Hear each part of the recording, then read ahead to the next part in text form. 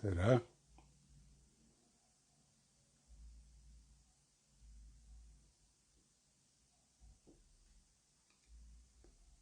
Oi, Ninfa! Já achei você. Que bom que vocês estão entrando para a gente poder conversar, papiar. Deixa eu chamar a Ninfa já.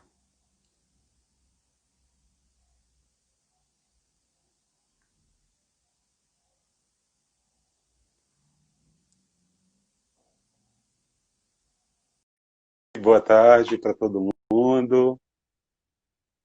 Será que eu consegui chamar a Ninfa? Oi, Oi, boa Ninfa! tarde, tudo bem? Boa tarde, que delícia receber você na minha casa. Que ótimo, você também aqui, né? Que coisa boa! Sabe o que eu estava lembrando? Que nosso Ah, último encontro presencial a gente estava. Deixa eu dar boa tarde para todo mundo, né? A gente vai, isso. eu vou te encontrando, já vai me dando vontade de conversar contigo. Da última vez que nos encontramos foi lá na feira de Porto Alegre, naquele encontro promovido pelo Quindim, né? Em que a Ah, gente eu falava lembro, foi lá no museu, né? Foi muito isso, legal. muito legal. E a gente Sobre falava temas sobre, polêmicos. não foi? E o Foi. tema polêmico naquela época era justamente a perseguição aos livros infantos juvenis e também as aulas gravadas, né? E enquanto eu entrava aqui para conversar contigo, eu lembrava exatamente que agora tudo está sendo gravado, né? É, Agora é está tudo ao verdade. vivo, a cores, para todas as pessoas poderem ter contato e de repente também participar com a gente e conversar sobre esses temas, né? Como É, você tem, está? tem gente dizendo que estava lá no encontro de Porto Alegre. Ó, que ótimo rever Ah, que legal, vocês que que participaram daquela bacana. tarde. Muito gostoso, né? Essa possibilidade que a gente tem encontrado de, pelos meios disruptivos, né? A gente poder se reencontrar nesse momento tão significativo e delicado. Como você está? É, eu estou bem, estamos em casa, né? Esse tempo todo procurando fazer coisas, lendo, escrevendo. E eu tenho dois filhos que moram comigo, né? Então a gente também cozinha e tivemos momentos de poder dedicar, arrumar a casa, que a casa sempre fica para depois, a gente sai tanto, faz tanta coisa. Então, esses meses estão sendo meses importantes. Tem um lado legal, que é um lado que a gente senta junto para comer, que a gente pensa junto o que, que vai fazer, tem um aproveitamento também muito grande das coisas, né? Na cozinha, um caldo de uma coisa que vai virar uma sopa de noite. Então, tem um lado positivo aí para a gente. E para Me você? parece, me parece que a gente anda ressignificando tudo, né? Inclusive a É, própria geografia da gente na casa, né? Eu estou bem também dentro do possível, né? Porque também tem, né, tem uma situação que é complexa e que a gente precisa encarar de frente, mas ao mesmo tempo se ressignificando nela, pensando em possibilidades para encontrar o outro, né? Como a gente está fazendo aqui, e estudando também, e acho que esse momento é um momento muito significativo, porque de certa maneira isso vai atravessando uma série de coisas que a gente pensa, que a gente lê e que a gente constrói, né, intelectualmente também. Na poética da vida também, né? E por isso que eu te é, convidei para a gente conversar, para poder entender um pouquinho, né, sobre algumas questões, né? Porque você, para quem não conhece a Ninfa, gente, ela é uma mulher extremamente sabida, e ela transita por uma série de caminhos, né, intelectuais e de produção acadêmica que dialogam entre si. Ixi, eu acho que a ninfa caiu. Deixa eu chamar ela de novo. E, e agora, como é que eu faço para achar lá? Espera aí um pouquinho só, gente. Eu estava apresentando a ninfa. E achei a ninfa e convidei ela novamente. Então, para quem não conhece a ninfa, ela é formada em psicologia e letras pela PUC-Rio e depois ela fez o mestrado em literatura comparativa, literatura comparada na Universidade de São Paulo, aqui em São Paulo, onde eu estou. Então, é uma mulher que transita, né, uma intelectual que transita tanto pela psicologia, pela psicanálise, pelas letras, como também né, por essa literatura que nós chamamos de literatura para a infância e juventude. E a minha questão, né, quando eu chamei a Ninfa para essa conversa, foi justamente a gente pensar tanto esse momento que a gente está vivenciando, esse momento delicado, esse lugar que a gente tem ressignificado na geografia da nossa casa, mas também pensar as questões relacionadas ao eu, né? Nunca foi tão importante que a gente pudesse pensar, né, nas estruturas psíquicas e tentar entender a nossa saúde mental nesse momento. E aí, deixa eu chamar a Ninfa novamente aqui, gente, porque eu acho que ela está com algum problema de conexão. Coisas de quem faz ao vivo, eu acho, né? E aí foi muito significativo, assim, uma primeira conversa. Oi, Oi, não sei o que Ninfa! aconteceu, que eu desapareci e voltei. E, enquanto você estava desaparecida, eu estava te apresentando para quem Ah, estava aqui, sim, né? Estava dizendo obrigada. que você transita, né?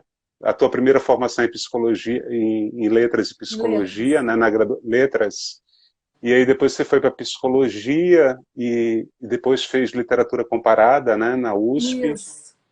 E transita também pela psicanálise, pela literatura para infância e juventude.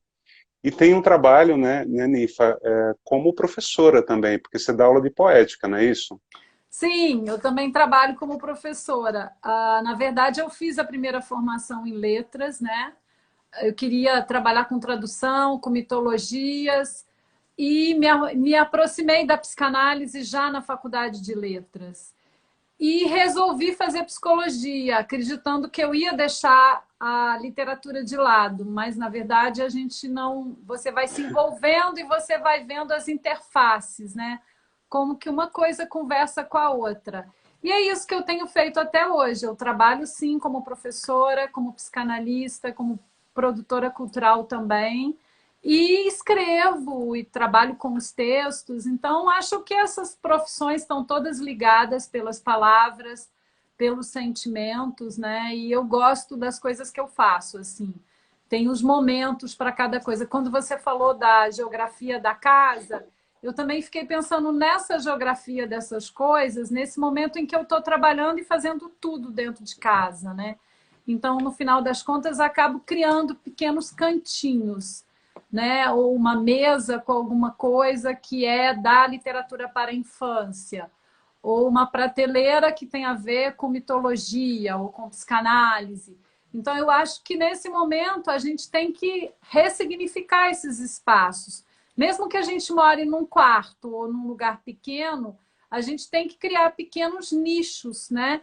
Para você transitar nesse mapa da sua casa, para que a sua casa fique maior, para que ela fique mais, né, do que é, além da imaginação. A gente tem que fazer um pouco como Alice no País das Maravilhas, né, que ela tem uma hora que ela fica entalada na casa, né, uma perna na chaminé, um braço para fora da janela, e aquele exercício dela de encolher, de crescer demais, eu acho que a gente está vivendo um pouco isso. Então a gente tem que redescobrir essa casa nossa, mesmo que essa casa seja um quarto, né? E você ter um momento para as suas orações, para quem é de orações, se não para meditar ou para não pensar em nada, para lazer, para você ler, para você cozinhar, para você arrumar as coisas. Eu acho que essa coisa da geografia que você falou é magnífica. E eu tenho pensado muito nessa questão. Na verdade, quando você estava falando, eu estava lembrando do Raymond Williams, né, que é um crítico, um intelectual, enfim, que diz que a gente que a gente não escolhe o gênero que a gente escreve, que a gente, de fato, a gente é escolhido por esse gênero. E enquanto você falava da sua trajetória, eu lembrava que eu vim da mecânica industrial. Eu nunca te contei isso, né? Não, não Mas, sabia. mas eu fiz escola técnica em mecânica industrial. E Ah, quando eu veja descobri no só. teatro a possibilidade de me comunicar de uma forma diferente, porque eu era muito, por incrível que pareça, eu era muito introspectivo nesse momento em que eu fazia a Uhum. escola técnica. Então, quando eu descobri por meio do teatro, das oficinas que eu tive a oportunidade, na oficina de teatro, que eu tive a oportunidade de me manifestar, de pensar por meio dessa linguagem, eu fui me redescobrindo e eu fui constituindo, de fato, uma outra, digamos assim, narrativa da minha vida acadêmica e também pessoal, né? Porque aí eu fui fazer história, depois eu me envolvi com o movimento estudantil, enfim, eu fui criando uma outra trajetória. E quando eu comecei a escrever literatura, que eu me deparei com essa literatura, eu vi exatamente essa geografia constituída na minha trajetória, naquilo que eu estava produzindo. E eu imagino que esse momento em que a gente se depara com aquilo que é, de fato, é, mais aconchegante, porque o nosso lado, ele tem ele deve ter essa característica. É óbvio que não é para todo mundo, porque cada um lida com esse lugar de uma forma diferente, mas esse lugar aconchegante, ele também, para algumas pessoas, Ninfa, ele tem se transformado num lugar estranho, num lugar de muito incômodo, né? E a gente tem transitado, né, por essa relação de estar em casa e a gente se sentir seguro, mas ao mesmo tempo a gente se sentir inseguro porque a gente tem visto o tempo passar, as horas passarem, os dias passarem, sem a perspectiva da gente resolver um problema como esse. Como é que você tem enxergado isso? O que é imprescindível da gente conversar sobre isso nesse momento? É porque eu acho que na medida em que a gente está em contato com o que é muito familiar, que é a nossa casa, o nosso quarto, a nossa cama, que é um berço, né? A casa deveria ter esse sentido do berço. Mas Sim. nós estamos vindo de uma sociedade que vive muito fora de casa, que viaja muito, né? Que se comunica bastante também e que a casa, muitas vezes, ela é um dormitório. E eu acho que nesse isolamento, para quem está podendo ficar em casa, está funcionando como esse reconectar com o seu familiar, que é também estranho. O Freud tem um ensaio que eu gosto muito, que tem esse nome, O Estranho, ou O Sobrenatural também, dependendo da tradução, e ele vai falar que o que é estranho, na verdade, tem muito de familiar, tem muito de alguma coisa que a gente viveu lá atrás, na infância, assim, que nos chocou, que nos traumatizou, né? Então, eu acho que o fato da gente estar dentro de casa, convivendo com esse familiar, ele também traz um certo estranhamento, porque muitas vezes é uma casa com a qual você não tem total domínio. Eu já escutei muitas pessoas falarem, né? Eu não sei onde ficavam guardadas tais e tais coisas, porque tinha uma diarista ou uma empregada, ou não parava em casa, né? E muita gente também que viajava muito tem falado isso, que está redescobrindo a casa. Então, esse familiar, ele é muito assim ambíguo. Ele tem esses lados diferentes, né? Que nos coloca também em contato com o mundo interno nosso. E muitas vezes é um mundo interno com o qual a gente não quer né? Assim, se tornar muito próximo, muito íntimo, porque você vai esbarrar, sim, com coisas que estão ali guardadinhas, dormindo, que podem acordar. E se elas acordarem, elas podem te assustar. E o mais esquisito disso tudo, né, é que a gente também vai padronizando algumas respostas, né? Então eu tenho escutado muitas pessoas dizerem assim, porque a pandemia ela será transformadora para todo mundo, ela vai de fato construir um novo ser, um novo indivíduo mais responsável, mais empático, que tenha respeito pelo outro. E quando a gente sai da nossa casa, a gente se depara também com um elemento estranho, né? Que é um elemento que já existe em nossa sociedade, né? A gente sabe que a nossa sociedade ela tem características individualistas, muitas vezes egóicas, muitas vezes sem a preocupação com o outro, mas a gente se depara quando a gente sai, né? A gente vai fazer um mercado, a gente vai resolver um problema específico, a gente se depara com uma sociedade que muitas vezes não está preocupado com o outro.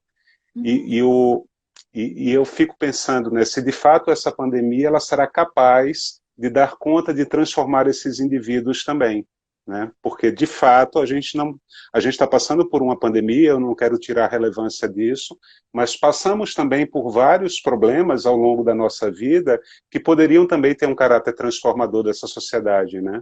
Só que a gente vem de uma construção cartesiana em que o indivíduo é algo que se blinda dentro dele mesmo, né? Então, muitas vezes, o outro só existe porque ele legitima a ação do outro, ele legitima que esse outro exista.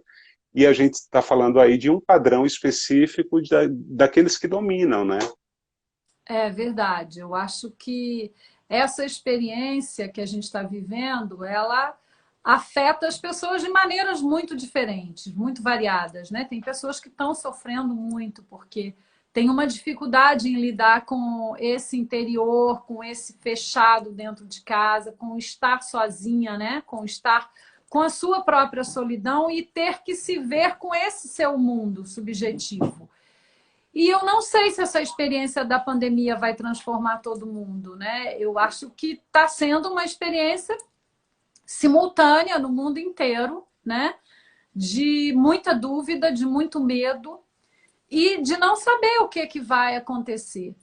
A gente está lidando com as redes sociais e com essas ferramentas como essa live aqui, por exemplo, que é muito legal. Você está aqui na minha casa, eu estou na sua casa. E as pessoas que estão aqui com a gente também estão com a gente, estão nas nossas casas. Isso tudo é muito bacana, mas eu também não sei assim em que medida e como que o mundo vai se transformar depois. Eu acho que a gente ainda está imaginando utopicamente o que vai acontecer, que as pessoas podem, né, tirar lições dessa pandemia. Mas eu também não sei se isso acontece assim, se as pessoas têm uma predisposição subjetiva para essas transformações, né, na ordem dos seus afetos, das suas emoções. Então, assim, eu acho que tudo que a gente está vivendo agora é muito novo. Isso já até existia, assim, essas ferramentas já existiam, essa live, Zoom, mas agora elas passaram a ser uma necessidade, a gente precisa delas. E precisaremos por muito tempo também. Mas como que isso vai reverberar nas próprias pessoas, né? E na subjetividade de cada um, eu acho que só o tempo vai nos mostrar isso. Eu nunca quero ter uma visão pessimista e acho que muita gente vai ser, né, vai sair transformado desse momento, porque é típico das relações históricas, né? A gente vai se revendo e vai se reconstruindo a partir de um trauma como esse, da própria dialética da história. Mas, ao mesmo tempo, é importante que a gente fique atento a esses lugares sensíveis, né? A gente como artista, a gente como produtor e os leitores também, como aqueles que vão transformando aquilo que a gente escreve, é importante que a gente esteja atento também a esses movimentos que a gente constrói nessa relação com o outro e nessa relação com a gente mesmo, né, Ninfa? E, na É. verdade, o que me motivou esse encontro contigo, e eu não quero perder esse foco, foi justamente o momento em que eu comecei a retomar as leituras que eu tinha deixado para depois. Ou então leituras em que eu precisava muito fazer, mas que eu não tinha encontrado ainda um espaço, porque eu estava muito envolvido em outros projetos. Ou então leituras que eu sabia que eram necessárias e que, de fato, eu precisava, de maneira emergencial, retomar. E enquanto eu lia, né, eu me deparei com o teu livro, com um outro livro que você acabou de escrever, né, em 2019, que se chama Coisas que Viram Outras, que é esse livro aqui. Uhum. E eu achei, sobretudo, o título bastante desafiador, né? Porque é um título que traz uma ambiguidade de sentido, né? Porque assim, eu posso ler coisas que viram outras, no sentido dessas coisas que vão virar outras, mas eu posso também entender que são coisas que viram, né? Que sonoramente é isso que me remete, que viram, que olham para outras coisas. Então me dá esse sentido da transformação, né? E eu estava lendo muito, eu tenho lido muito o Walter Benjamin e pensado nessas permanências, né? Porque a gente vive numa sociedade em que a gente está em busca sempre do novo, né? A gente quer colocar no lugar do velho o novo e a gente muitas vezes não percebe que o novo também traz um tanto desse velho, né? A gente tem essas permanências, né? Que Nessa materialidade. dá para fazer um paralelo com o familiar estranho, né? Que a gente falou agora há pouco. É isso mesmo, né? O estranho tem muito de familiar, né?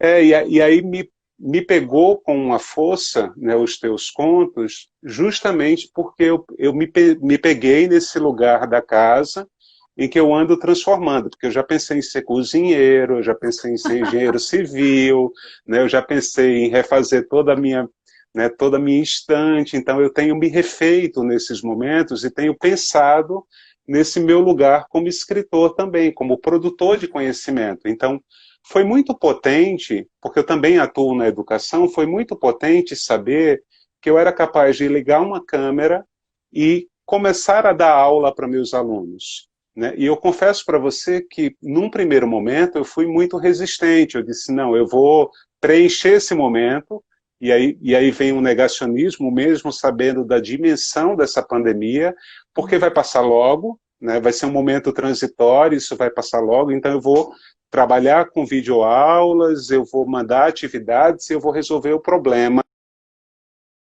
para mim, porque acredito... Ixi, a Nifa caiu de novo. Deixa eu só pegar ela aqui de novo, tá, gente? Para eu concluir a ideia com ela presente. Achei. Oi, tudo bem, gente?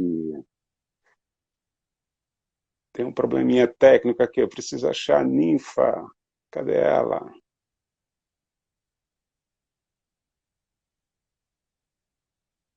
Ai, Ninfa, cadê você? Só um pouquinho, tá, gente? Deixa eu ver aqui, eu acho que... achei. Achei. Então, e como eu estava falando, achei aqui, gente, já vou chamar ela. E aí eu concluo na presença dela também.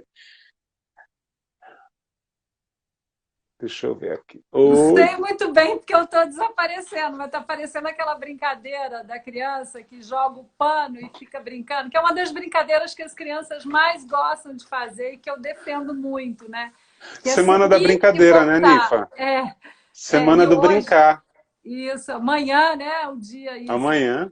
Então, acho ótimo, porque está no comando, né? Você desaparece e volta, desaparece e volta.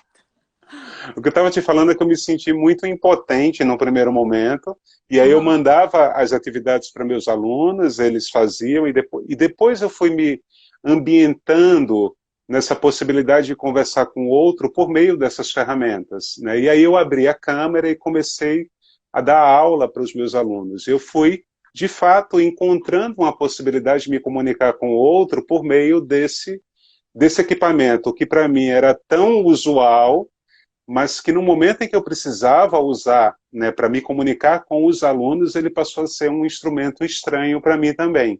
Como tem sido as tuas aulas? Como tem Olha, sido esse momento da aula?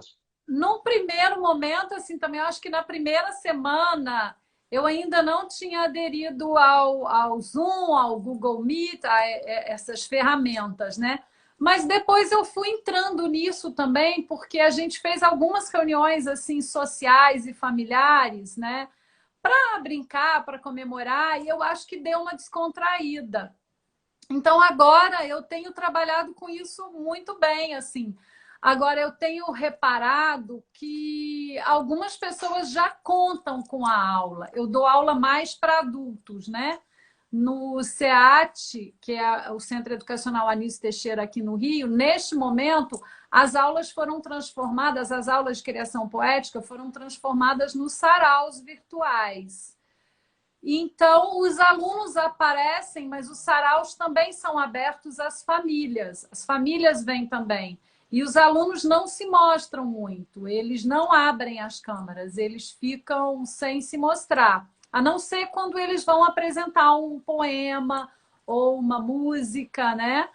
Então, assim, eu comecei a me familiarizar com essas ferramentas, porque também eu tenho dois filhos jovens que lidam com isso. Um lida muito com vídeos, com áudios, né? Ele até me incentivou a criar, abrir um canal no YouTube, coisa que eu nunca pensei na vida, assim, não achei que para mim isso seria importante, seria útil, não teria tempo para isso, as pessoas também não dariam bola para isso.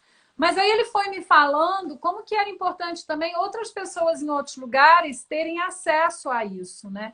Aí eu topei e aos poucos a gente aqui transita nesse universo, porque a minha filha tem aulas todos os dias, de manhã, de tarde, alguns dias de noite, por essas ferramentas. Então, eu também fui, aos poucos, lidando com isso, e hoje eu acho que não dá para não estar a par dessas coisas, né? Porque dessa maneira a gente se aproxima das pessoas. E, ao mesmo tempo, tem uma coisa legal, que aqui mesmo eu estou reconhecendo gente de outros estados, de outras regiões, tem gente do Sul, tem gente do Norte, do Amapá, do Pará. Isso é muito bacana, né? A gente se aproxima de todo mundo. Então, tem esse lado legal, né? Que aquilo que a gente está fazendo pode ser compartilhado com mais pessoas. Isso me agrada muito. Agora, com os pacientes, Fábio, está sendo curioso porque cada um escolheu a maneira que queria para se comunicar comigo, né? Eu já atendia assim quando a pessoa viajava ou se mudava, passava um tempo fora do Brasil, principalmente, mas não como uma opção. Agora não tem opção, né? Agora não tem. A gente precisa da ferramenta.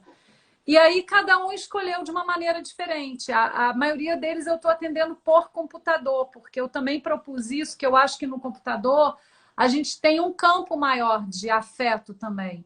Porque quando você encontra a pessoa, além da palavra, a gente tem uma linguagem não verbal, né? De franzir a testa, de diminuir a abertura do olhar, de balançar a cabeça, como você está balançando, eu também, de gesticular ou de pisar um pouquinho duro, um pouquinho firme.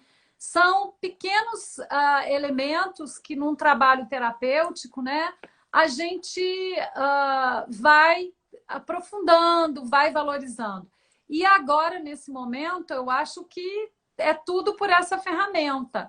Então, se você abre o campo para o computador, a gente pode também se ver melhor. Claro, para aqueles pacientes que querem, né, que querem ser vistos e querem me ver, porque alguns não querem e optaram por um telefone mesmo.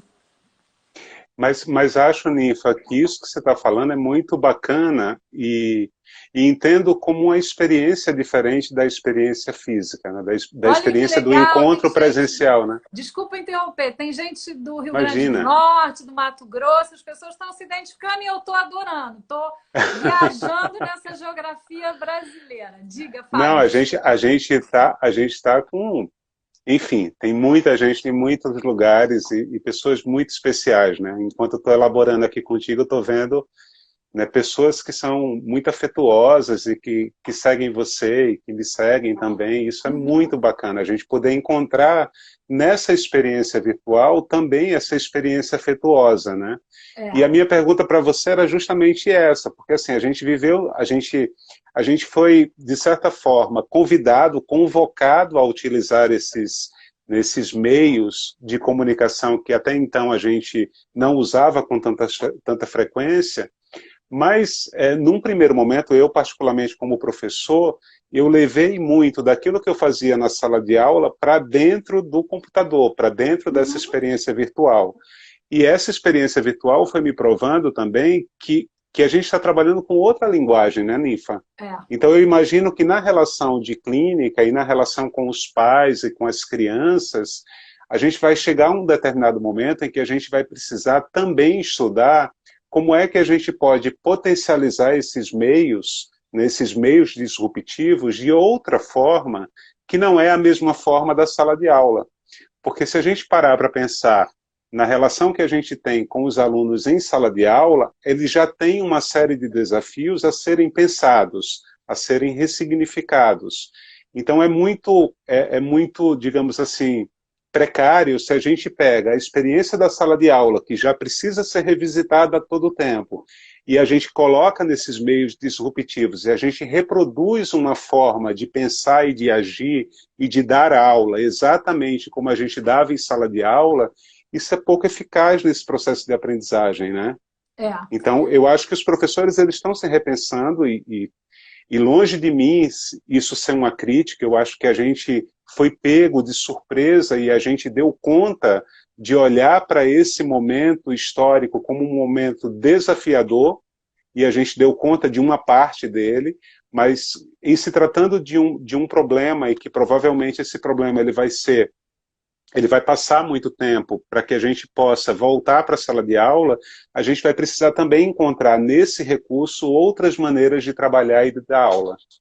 Sim, que sejam mais afetivas, menos frias, né? Porque eu mesma senti necessidade de criar umas plaquinhas. Umas Ah, plaquinhas. foi? Porque quando você trabalha na plataforma do Zoom, todo mundo se vê, você tem aquelas mãozinhas, né, para você sinalizar. E na plataforma do Google Meet, que é uma plataforma com a qual a gente está lidando no SEAT, você não tem esses recursos. E aí eu criei umas plaquinhas, assim, plaquinhas que são maneiras de você interagir mais com o público, né? Tanto assim, dizendo, levante a mão se quiser falar, vai passar. E, na verdade, não fui eu que criei. Eu pedi para minha filha fazer, ela desenha, ilustra, gosta de fazer isso. Aí eu fico em cima dela, aproveitando papelão, aproveitando uma tampa de uma caixa de papel e enfim, aí ela foi fazendo isso e está funcionando. Tô E percebendo, Anifa, como você é elegante. Eu já uso de uma autoridade afetuosa com meus alunos. Eu falo, gente, abram todos, porque eu tô com saudade e eu não vou terminar essa live enquanto eu não matar a saudade de vocês. Tô admirando a sua maneira elegante de conquistar o outro. Eu sou um pouco mais incisivo, eu digo, abre a Aham. câmera, que eu tenho saudade, e aí entra as minhas necessidades egóicas também, né, de dizer, olha, eu preciso vê-los, eu preciso nesse momento trocar olhando, nem que seja pelo computador, olho no olho com vocês. Aham. Eu acho assim, tem grupos menores que eu também criei um texto para as pessoas se prepararem para a aula, né? Porque às vezes as pessoas vão entrar no horário da aula, a internet não funciona direito, sentou num lugar que não tá bom, a luminosidade não tá legal. Aí eu fiz uma coisa também orientando isso, entendeu? Para escolher esse lugar, assim, é um momento nobre, solene, né? Eu acho que a gente tem que resgatar esses rituais, mesmo estando em casa. Falo muito para as pessoas não ficarem o tempo todo de pijama e de roupa de casa. O seu corpo tem que ter sinais de que você está mudando também. A gente que está em casa já há mais de 70 dias, né? Nós estamos praticamente parados, então a gente não está se comunicando com esse mundo lá fora. Eu moro nos fundos, eu também não vejo a rua acontecendo. Eu acabei me aproximando da vizinhança, para o bem e para o mal, né? Tem as coisas chatas também. E, A então eu gente está acho que descobrindo o melhor e o pior de todo mundo, né? então a gente tem que dar certos sinais para o nosso corpo. Mudar a roupa, mudar o canto da casa no qual você vai ficar, o canto do quarto, né? Meu quarto tem uns 4 cantinhos. Não que o quarto seja grande demais, mas eu já consegui estabelecer uns 4 cantinhos diferentes. Para você também ter a sensação de que você está se expandindo, né, nesse quadradão que é a casa, que é o quarto, né? Essas paredes. Então, eu acho que é importante a gente lidar mais do que nunca com essa capacidade de transformar as coisas, de coisas virarem outras, né? Das coisas da casa se transformarem, da gente poder ressignificar isso no nosso corpo, na nossa espiritualidade, na nossa psique, né? É Eu isso que a vivo, gente faz como professores, como educadores, enfim. Eu vivo um dilema existencial o tempo inteiro, Nifa, nesse momento. Né? Eu acho que esse momento de parada faz com que... E é um dilema existencial a la Sartre mesmo. Né? Quando a gente pensa... Quando eu penso no meu passado e olho para ele e digo, caramba, eu gostaria de ter sido muita coisa e não consegui ser tudo o que eu queria ser. E quando eu olho para o meu futuro e digo, caramba, eu gostaria de ser muita coisa, mas eu não sei se eu vou conseguir ser. Então, o que me resta é a angústia do presente, né? Então, essa angústia do presente é uma angústia em que a gente vai ressignificando a todo tempo, né? É É. incrível como a gente vai se reconstruindo. Então, em alguns momentos eu acordo e digo, caramba, hoje eu estou bem. Né? Então, hoje eu Uhum. estou bem e vou produzir bem e vou dar conta, né, desse processo, que é o processo da vida, né, da gente abrir o computador, da gente limpar a casa, ou da gente organizar a nossa história, porque vai passar. Vai chegar uma hora, vai chegar um Vai. determinado momento Ó, que eu tudo tenho a isso vai passar. plaquinha, vai passar, como ela foi feita para o computador, ela está ao contrário. Tem essas plaquinhas, assim, um pouco interativas, animadoras com as E pessoas, né? a gente vai falando isso como um mantra mesmo, né? É. No sentido de que a gente, que não seja fantasioso, no sentido de que esse sonho, né, que essa Uhum. possibilidade de transformação, ela aconteça ligada à própria realidade, né, Nifa? É, Sem muitos delírios. Né? claro. Delírio no sentido de dizer, ah, não, nada existe, está todo mundo bem, todo mundo vai ficar em casa, vamos todo mundo ser feliz. A gente não está no momento de uma felicidade plena. A gente nunca Não, esteve, na verdade, não, né? não. Nunca estivemos Agora, no muito momento. menos. Muito Agora, muito menos. menos. Então, é muito importante que a gente assuma esse lugar da crise também. Esse Porque a crise é desconforto, né? transformadora, né? É um desconforto. Eu diria que pegando também carona no Freud, né? É um mal-estar que a gente está no nosso corpo, na nossa casa, no nosso país, né? O Freud tem um texto que eu gosto muito, Mal-estar na cultura ou Mal-estar na civilização, depende da tradução dele, que é isso, a gente está vivendo um desconforto enorme dentro de casa, dentro do país, né? A gente não sabe muitas vezes o que vai acontecer. E tem dia que a gente amanhece muito mal. Eu amanheço mal pra caramba, mas eu vejo assim, eu tô viva, eu tô com saúde, meus filhos estão aqui, eu também tô vendo que eles estão com saúde. Então eu tento transformar as coisas, os espaços, as coisas que eu estou fazendo. Eu comecei a lidar com textos de humor. Eu sempre admirei muito os autores do humor, porque meus textos, meus livros publicados, sempre têm uma linha assim de desamparo, de perda, de morte, né? E aí eu comecei a criar uns pequenos contos com bichos que têm um traço de humor. E para mim isso é um desafio.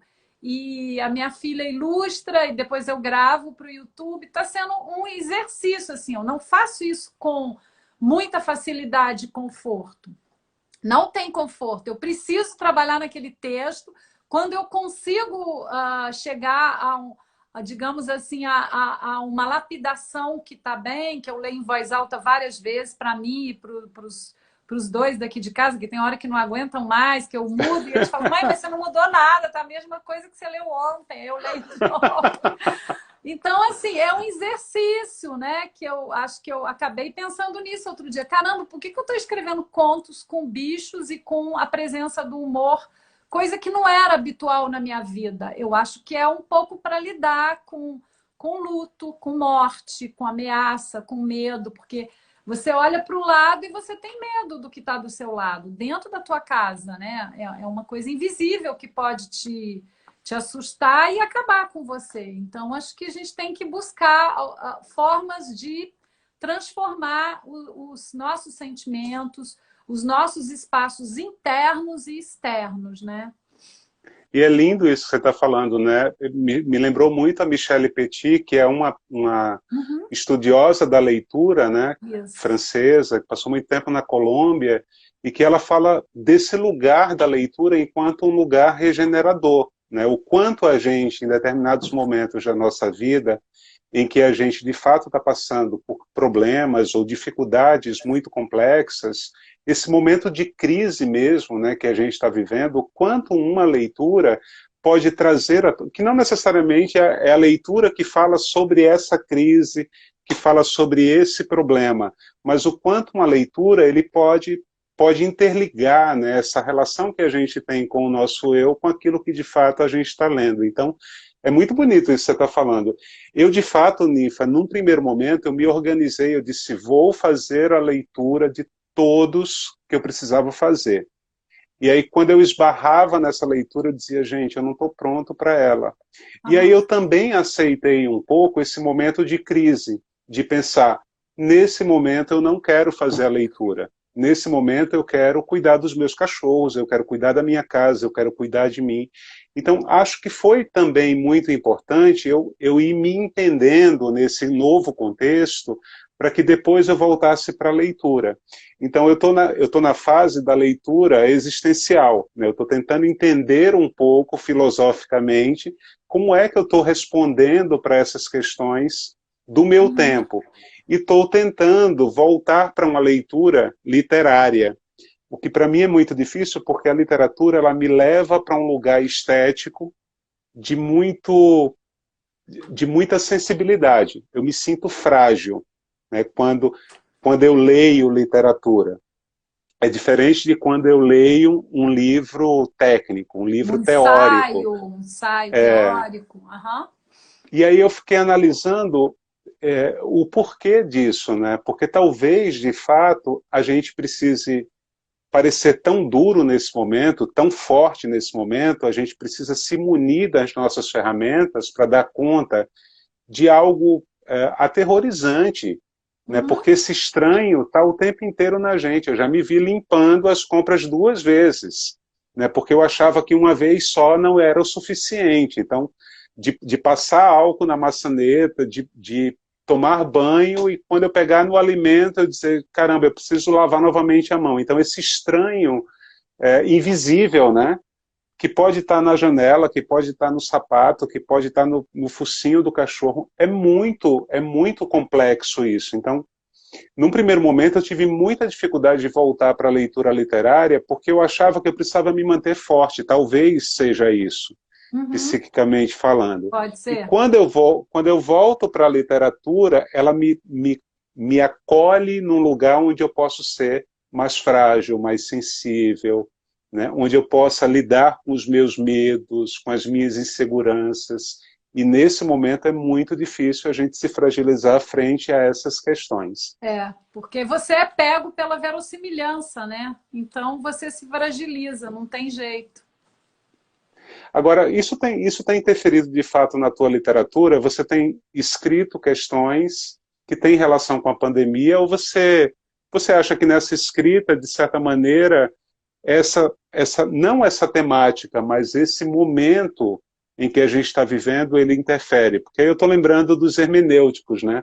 Quando a gente vai ler um livro em que a gente se depara com uma história e essa linguagem, né, essa construção tem muito a ver com aquilo que o autor é, não necessariamente com aquilo que ele está passando, porque tem um tanto de autoral, né? Tem. Para eu escrever sobre a morte de uma criança, isso não quer dizer que eu vivi a morte de uma criança, mas pode ser que eu vivi uma perda muito forte que eu possa fazer uma analogia à morte dessa criança. Então, como tem sido esse lugar, que é um lugar desafiador de conquista, né? Porque é como você falou, cada momento que a gente acorda, a gente fala, caramba, eu estou vivo, e que bom que eu estou vivo, e vamos lá, né? Porque o dia vai passar e eu vou dar conta dele. Mas também é um momento em que a gente começa a sentir a morte se aproximando da gente, né? Seja pelos parentes, seja por amigos, seja pelo amigo do amigo, mas a gente sente que ela está rondando a gente também. Como tem sido essa relação? Porque agora o Covid-19 tem nome, né? Está perto de você, está na vizinhança, está nos seus conhecidos, nos seus amigos, ou porque estão em casa, ou porque estão hospitalizados, ou porque morreram. Então a gente fica com medo. E muitas vezes pensando, caramba, o que, que vai acontecer comigo e com todo mundo, né? A gente não... Para mim é um momento de muita incerteza. E é um momento da gente fortalecer o nosso sentimento sobre o próprio mundo, né? Isso tudo que a gente está falando aqui, ressignificar, transformar as coisas, dar novos sentidos e fortalecer esse tipo de encontro, porque eu acho que esses encontros também, quando você escuta alguém falando, isso também você vê que não é só você que está lavando aquele alimento 2, 3 vezes, né? Eu tenho um amigo que criou o cantinho do covidário na casa dele. A gente instituiu aqui também. É um canto pequeno. Que vem da rua fica ali. Se possível, 2, 3 dias. Se não, se é de geladeira, eu fico ali vendo o que, que eu faço, né?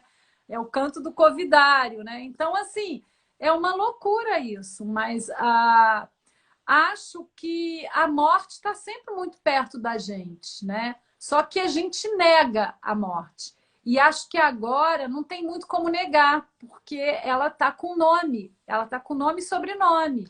dentro da sua família, na sua vizinhança, no seu círculo de amigos. Então, acho que não está distante da gente, ela tá perto, como sempre esteve. Só que a gente está lidando com isso assim, com uma intensidade também muito grande, porque a cada dia é uma pessoa que está doente ou que morre, que a gente perde, né? E eu acho que nesse sentido, a literatura, ela nos reconecta com esse eu nosso enfraquecido, e mesmo que a gente se sinta, assim como você falou, né, impotente diante da leitura, enfraquecido, eu acho que isso depois vai te dar Sim. sabe, vai regenerar, você vai nascer outro, né? Metamorfose. A gente está numa metamorfose. Somos todos larvas que estamos nos transformando nesse momento. Só que a gente não sabe exatamente em que vamos nos transformar, né? E eu acho um lugar extremamente significativo, Nifa. Eu acredito numa literatura em que traga esse estranhamento e Uhum. essa mobilização do sensível, né, em mim É. também. E eu estou voltando aos poucos essa literatura e tenho entendido assim, caramba, mas sentir isso também é humano, também é bom, né? Sim, Sentir, sim. chorar também é importante nesse momento, né?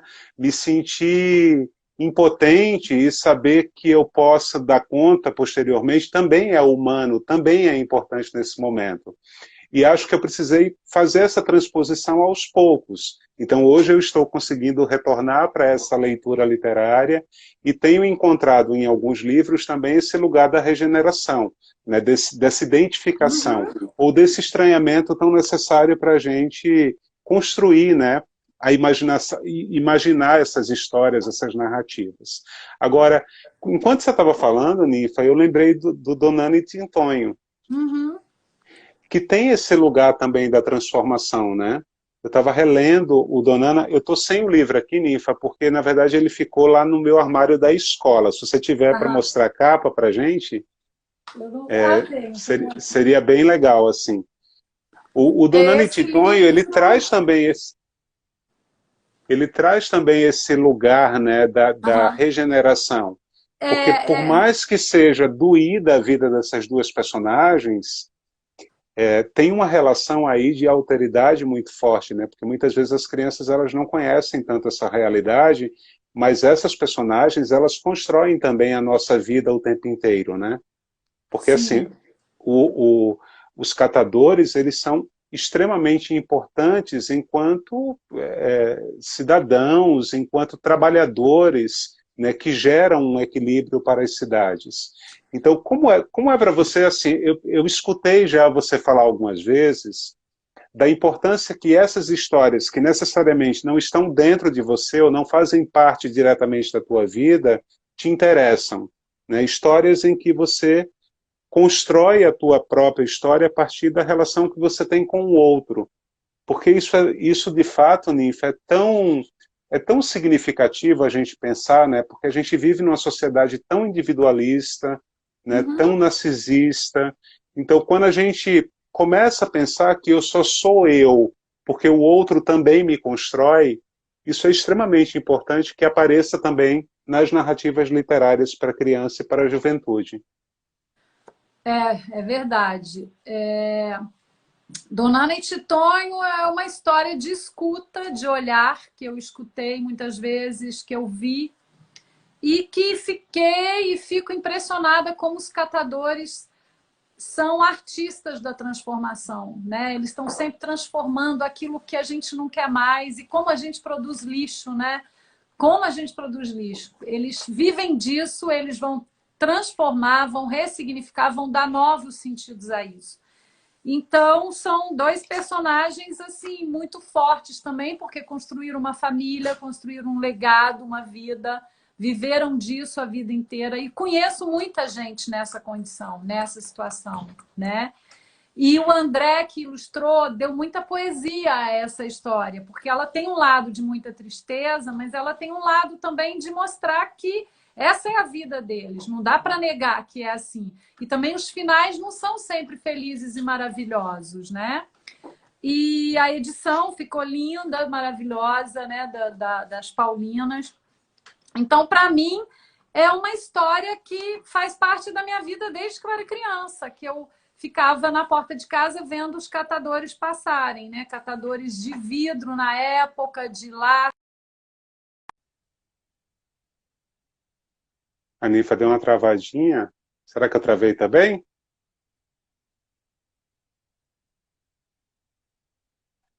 E tem uma questão, vou esperar a Nifa voltar aqui, mas tem uma questão muito significativa do Donani Tintonho, que é, que é a invisibilidade, né, dessas pessoas na sociedade em que a gente... Quantas pessoas reaparecem, vou procurar a Nifa aqui, que eu acho que ela não me escapa. Deixa eu só achar aqui, tá, gente? Esse lugar da invisibilidade em que a gente, enfim, anula o outro e que muitas vezes é tão importante que a gente retome, né, esse processo de olhar para esse outro no seu lugar de composição da gente também, né, da sociedade, da construção. Acho que eu achei a Ninfa aqui. Acho que ela está voltando. Vou te deixar, não. Eu achei que tinha acabado, tinha ficado congelado e dizendo que tinha acabado, porque eles vão acabar, não é? Com 50 minutos que acaba. Tem quanto tempo a gente ainda? Já tem 50 minutos, 51 minutos. Então tá. Você quer concluir? Porque eu queria concluir lendo o seu livro. Dizer só uma coisa, Ninfa, assim, isso que eu estou te falando também... É uma pena que a gente não conseguiu comentar um monte de coisa legal que falaram. Não é? Teve gente que falou que pintou a casa, tem gente de Goiás, tem gente de Minas. Irmã Gorete fez uma pergunta sobre o silêncio das palavras, me fez lembrar Bartolomeu Campos Queiroz. A gente não conseguiu comentar, acho que outro dia a gente continua esse papo. Acho que a gente precisa fazer um Ninfa e Fábio 2. O que vocês acham, gente? A gente faz. Uma hora é muito pouco para a gente conversar tudo que a gente precisa conversar. O Sérgio está dizendo que tem mais 9 minutos, mas eu tenho visto as lives serem interrompidas antes de 1 hora, não sei. Eu queria terminar fazendo uma leitura de um conto seu. Mas queria dizer que eu também, nesse momento da pandemia, eu terminei produzindo um livro chamado Os Segredos de Dona Joanita, que saiu pela editora de Cultura. Vou mandar para você, já tem endereço certo esse aqui. E é um livro que fala... E depois eu percebi, né, porque desde a crise que a gente está vivendo, política no nosso país, em que há uma perseguição sistemática, né, algumas pessoas que de fato defendem questões muito significativas, né, de equilíbrio social, de ecologia, de igualdade social, enfim.